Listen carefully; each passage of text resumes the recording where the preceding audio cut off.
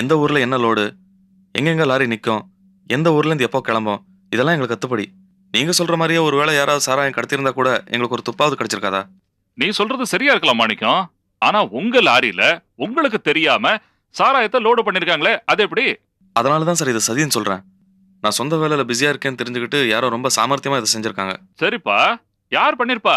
உனக்கு யார் மேலயாவது டவுட் இருக்கா? என்கிட்ட அடிக்கடி பிரச்சனை பண்றது சிவசாமியும் அவர் பையன் ரமேஷும். அவங்களும் உங்கள மாதிரி பெரிய ஆளுங்களாச்சே. ஆமா, அதுக்கு என்ன? அவங்க தான் பண்ணாங்கங்கிறதுக்கு உங்ககிட்ட சாட்சி ஆதாரம் ஏதாவது இருக்கா? சாட்சி எல்லாம் இருந்தா அவங்கள ரெண்டுல ஒண்ணு ஆக்கியிருக்க மாட்டோம். எவிடன்ஸ் இல்லாம ஒன்னும் பண்ண முடியாது சுந்தரம். என்ன மோகன், நீங்க வந்தா ஏதாவது ஐடியா கொடுப்பீங்கன்னு பார்த்தா எவிடன்ஸ் அது இதுன்னு கேக்குறீங்களே. பெரிய ஆட்கள்னு பயந்துட்டீங்களா? அப்படி இல்ல சுந்தரம், சாதாரண ஆளுங்களா இருந்தா மிரட்டி வாங்கலாம். அவங்களும் நமக்கு ஈக்குவலா இருக்காங்க இல்லையா? இந்த விஷயத்துல கொஞ்சம் கவனமா தான் இருக்கணும். உங்க அட்வைஸ் எல்லாம் போதும். அவனுங்களை ஒண்ணுல ரெண்டு பண்ணணும். என்ன பண்ணலாம்? அது சிரமம் சுந்தரம்.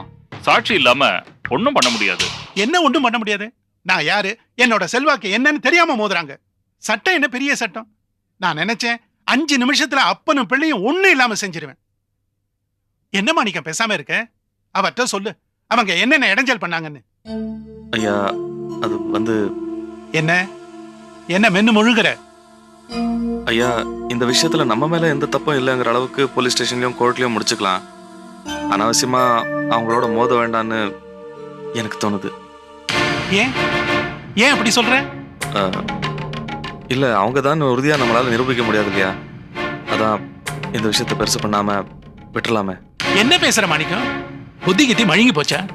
உனக்கு வேணா இது சின்ன விஷயமா படலாம். ஆனா என் ஸ்டேட்டஸ்க்கு எவ்வளவு பெரிய அவமானம் தெரியுமா?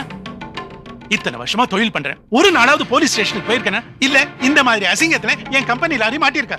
என்னமோ பேசுறீங்க. ஆமா, என்னாச்சு உனக்கு? நீ கடை திறக்கிற அன்னைக்கு பிரச்சனை பண்ணவங்க அவங்க.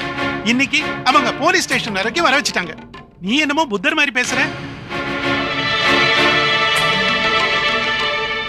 இல்ல, இப்ப சந்தர்ப்ப சூழ்நிலை சரியில்லை.